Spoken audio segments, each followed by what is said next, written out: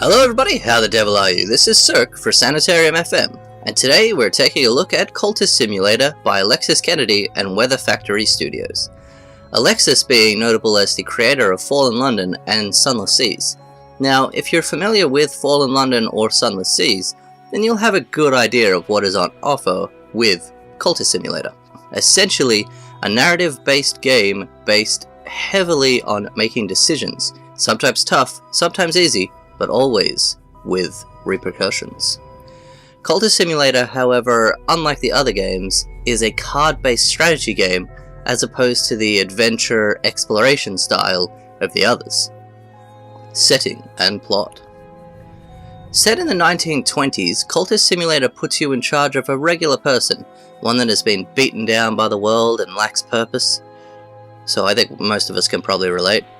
Just spending their days working in a soul-crushing job. Although the open of the game places you on their final day of menial work, so you could receive your last pay and start your journey proper. Now, plot of the game is quite difficult to sum up, as the game is basically the next evolution of the choose-your-own-adventure story, so you could drastically shift what will happen based on your choices. Waiting too long to make a choice is in itself a choice that will shift the story in your subsequent choices.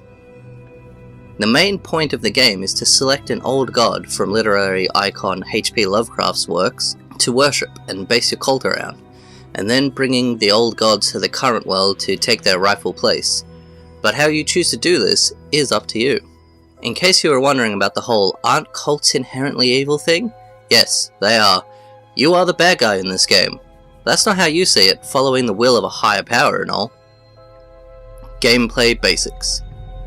As a card-based strategy game, you have boards and cards. Sounds simple enough? However, as a video game, there are plenty of secrets and surprises in store.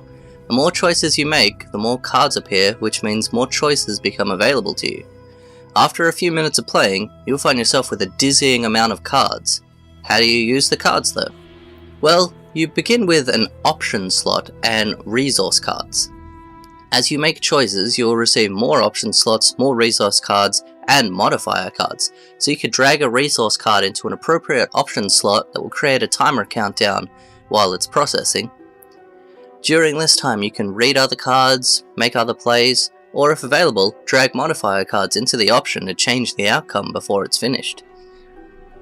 As you can have multiple timers counting down at once, you're never really stuck waiting for things, but if you do find yourself wanting to speed things up, there is a speed modifier you could select at the bottom of the screen. One terrifyingly realistic aspect of the game is that in order to survive and continue playing, you must expend wealth cards. This also means that you need to find ways to bring in wealth consistently so you don't burn through it all. Again, you have multiple options for that, which expand as you play, but the first way is to have your character work. This negatively impacts their health, which is something I can relate to, before joining a Sanitarium.FM, of course. So there are always ramifications to your choices. If you work too hard, you could deteriorate your health, but if you work too little, you could run out of money. In the same fashion, there are things that you could do that will raise your fame, which could make it easier to gain new followers, but it will also make you a target for detectives.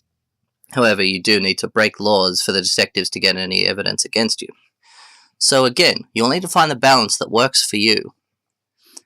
These things coupled together make the game surprisingly fast-paced and tense, with new cards appearing all the time, some of them also with expirations of their own, so you always need to be on top of things if you want your cult to prosper and your god to awaken. Overall impression. What seems like a basic and even boring game at first look is one of the deepest and most manic experiences I've had in a while. If you like H.P. Lovecraft, reading, strategy, and using your imagination, then Cultist Simulator could be just what you're looking for. The game has also seen fairly frequent updates since release, so it looks like you'll have a lot more options soon too. I'll leave you with a quote from the developers summing up the game. Become a scholar of the unseen arts, search your dreams for sanity-twisting rituals, craft tools, and summon spirits, indoctrinate innocence, seize your place as the herald of a new age. The indoctrination has begun. 7 out of 10. Thanks for watching everybody, ciao for now.